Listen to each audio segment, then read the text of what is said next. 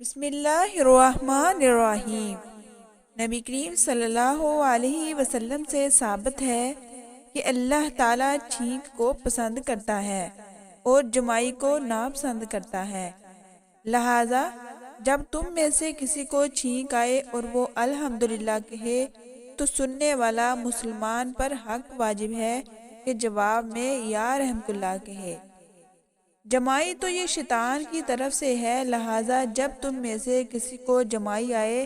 تو چاہیے کہ جہاں تک ہو سکے اسے روکے،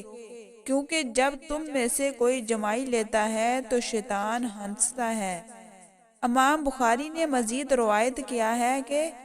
جب تم میں سے کسی کو چھینک آئے تو اسے چاہیے کہ وہ الحمدللہ کہے، اور اس کے بھائی اور ساتھی کو چاہیے کہ جواب میں یا رحمت اللہ کہے، اور جب یا رحمت اللہ کہہ چکے تو پہلے شخص کو چاہیے کہ یہدیکم اللہ یصلح بالکم کہے، یعنی اللہ تعالیٰ تمہیں ہدایت دے اور تمہارے حالات درست کرے۔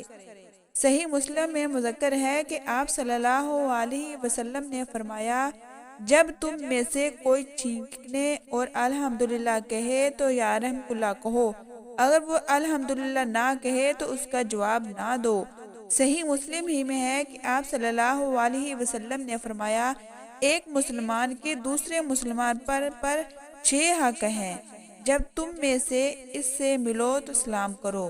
جب تمہیں دعوت دے تو قبول کرو، جب نصیحت طلب کرے تو نصیحت کرو، جب چھینکے اور الحمدللہ کہے تو یا رحمت اللہ کہے،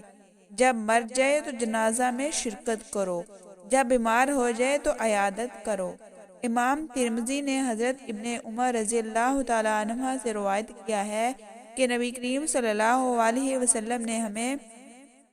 چھینکنے کے وقت یہ کہنے کی تعلیم دی ہے، الحمدللہ علی کل حال۔ امام مالک نے نافع سے اور انہوں نے ابن عمر سے روایت کیا ہے، جب تم میں سے کسی کو چھینک آئے اور اس کے جواب میں یا رحمت اللہ کہا جائے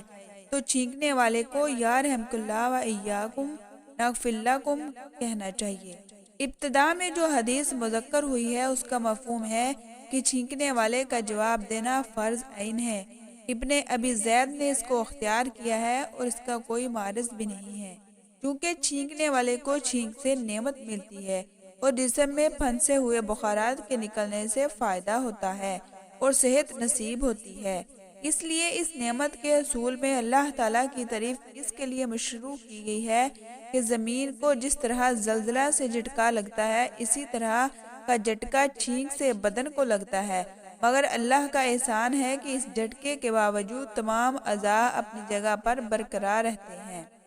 آپ صلی اللہ علیہ وسلم کو جب چھینک آتی تھی تو آپ اپنا ہاتھ یا کپڑا چہرہ نور پر رکھ لیتے یا سر نیچا کر لیتے اور آواز پست فرما لیتے۔ لہذا آپ صلی اللہ علیہ وسلم سے منقول ہے کہ بڑی جمائی اور بآواز بلند چھینکنا شیطان کی جانب سے ہے۔ صحیح حدیث میں ہے کہ ایک آدمی کو آپ صلی اللہ علیہ وسلم کی مجلس میں چھینک آئی تو آپ نے یا رحمت اللہ فرمایا، پھر دوبارہ چھینک آئی تو آپ نے فرمایا کہ اس آدمی کو زکام ہے۔ یہ امام مسلم کی روایت میں ہے کہ امام ترمذی کی روایت میں ہے کہ آپ نے تیسری مرتبہ فرمایا کہ اس آدمی کو زکام ہے، اور انہوں نے اس حدیث کو صحیح بتایا۔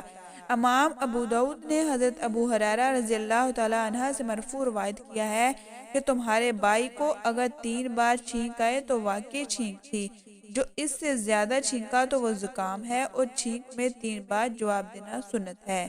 اگر یہ سوال کیا جائے کہ زکام کی حالت میں انسان دعا کا زیادہ محتاج ہوتا ہے تو اس کا جواب یہ ہوگا کہ ایسے شخص کو مریض والی دعا دینی چاہیے، لیکن چھینک جو اللہ کو پسند ہے اور جس نعمت بتایا گیا ہے وہ 3 چھینکوں ہی تھی۔ نبی کریم صلی اللہ علیہ وسلم نے جس شخص کے لیے فرمایا کہ وہ مذکوم ہے تو اس سے اس بات پر تنبیہ مقصود تھی کہ اس کے حق میں عافیت کی دعا کرنی چاہیے۔ یہ معذرت بھی تھی کہ 3 مرتبہ کے بعد جواب کیوں نہیں دیا۔ جب کسی چھینکنے والے نے الحمدللہ کہا تو بعض حاضرین نے سنا اور بعض نے نہیں سنا، تو جس نے سنا انہیں کرنا چاہیے۔ اس میں صحیح بات یہ ہے کہ جب یقین ہو جائے کس نے حمد کی ہے تو سب کو اس کا جواب دینا چاہیے۔ نبی کریم صلی اللہ علیہ وسلم کا ارشاد ہے کہ جب کوئی الحمدللہ کہے تو اس کا جواب دو، جب کوئی چھینکنے والا الحمدللہ نہ کہے یا بھول جائے تو ابن العربی کا قول ہے کہ اس کو یاد دہانی نہ کرائی جائے، اور ظاہری الفاظ حدیث اس کی تائید ہوتی ہے، کیونکہ نبی کریم صلی اللہ علیہ وسلم نے کسی کو یاد دہانی اس موقع پر نہیں کرائی، حالانکہ آپ صلی اللہ علیہ وسلم کی سنت پر عمل کرنے اور اس کے سیکھنے پر بہت زور دیا ہے۔ اس کا کار خیر میں تعاون کرنے کے زیادہ اہل ہوتے ہیں۔ حدیث سے یہ ثابت ہے کہ یہود نبی کریم صلی اللہ علیہ وسلم کے پاس اس امید پر چھینکتے تھے کہ آپ ان کے جواب میں یا رحمت اللہ کہیں گے، لیکن آپ یہ نہ کہتے، صرف یہدیکم اللہ یصلح بالکم کہتے۔